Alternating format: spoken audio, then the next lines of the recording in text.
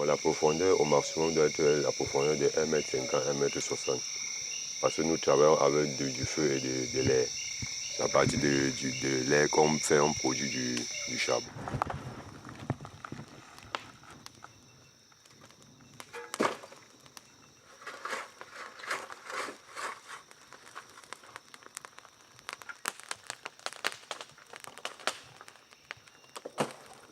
Ce que vous voyez devant nous là, ce sont des foyers. Nous avons mis des nombres au milieu là. Et ce que vous voyez derrière, c'est le feu qu'on doit la transporter tout à l'heure pour la mettre à l'intervalle des foyers. Donc c'est la première partie. Et on va caler pour mettre au petit chauffage, ce que nous appelons le petit chauffage, donc à peu près au milieu du trou.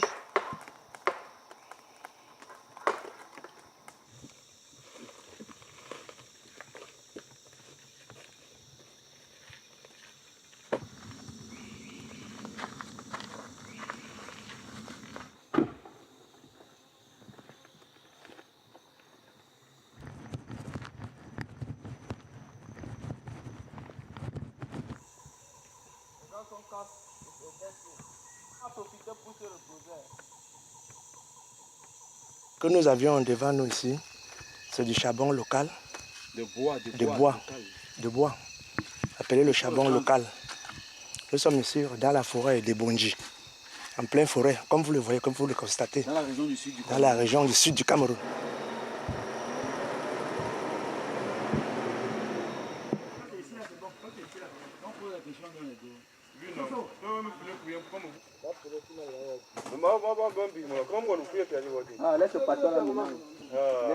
Elle est fabriquée à base du bois frais,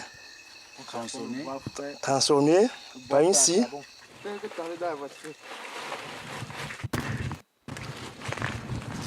Le charbon comme les kamikazes.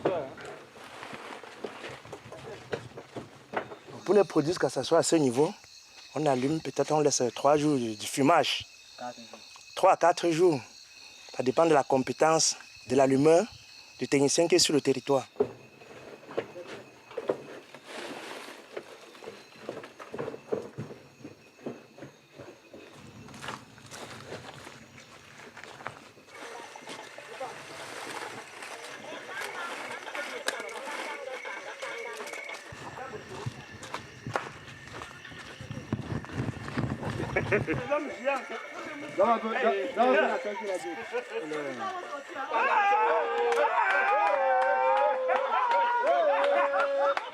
Pour le moment, ici au Cameroun, nous avons 2 sortes de charbon.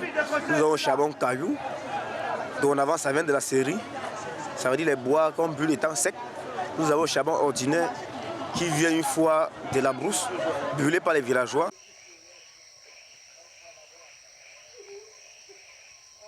Chocolat 50, 53 à 5, chocolat 50, 53 à 5.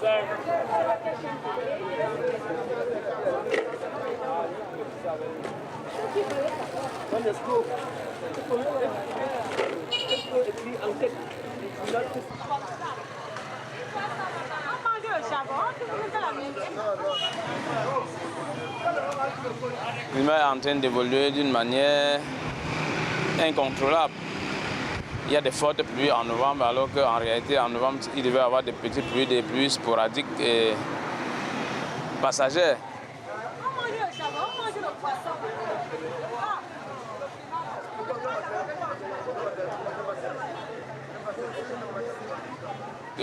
Dès qu'on coupe un arbre, on doit en planter 3. Lorsqu'on fait un tour dans nos forêts, on se retrouve que chaque arbre coupé n'a jamais été remplacé.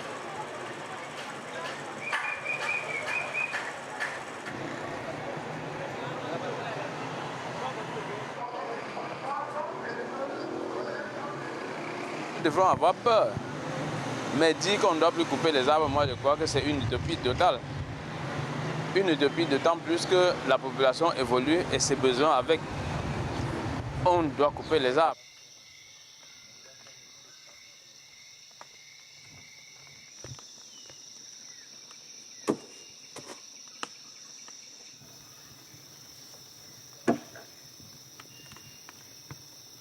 Dans les 10-15 prochaines années, les taux de déforestation seront très importants, que le Cameroun sera sans doute l'un des pays les plus avancés au moins autant que les pays d'Afrique de l'Ouest. Et avec les conséquences que l'on connaît, c'est-à-dire destruction des ressources et des biens importants pour les populations dépendantes de la forêt, destruction des cours d'eau, et puis les conséquences plus générales, celles que nous entendons au quotidien, changement du cycle des saisons, augmentation de la pollution atmosphérique.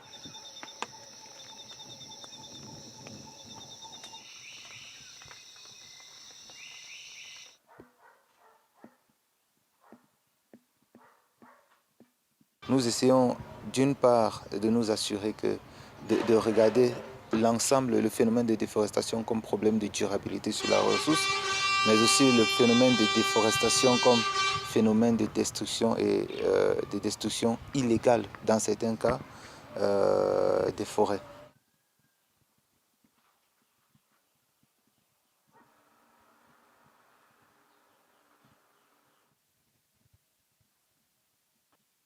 Nous avons développé de l'énergie solaire, nous avons travaillé avec les communautés de sorte à ce qu'elles les intéresser aux énergies solaires.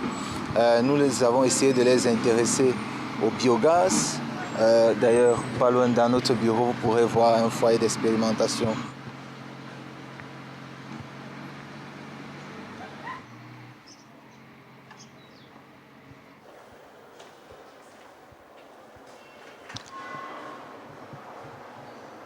On pourrait s'attendre à des grandes inondations, on pourrait s'attendre à la disparition de certaines îles, on pourrait s'attendre même à la disparition des villes côtières. Donc, globalement, c'est ça qu'on pourrait synthétiser comme impact de la déforestation.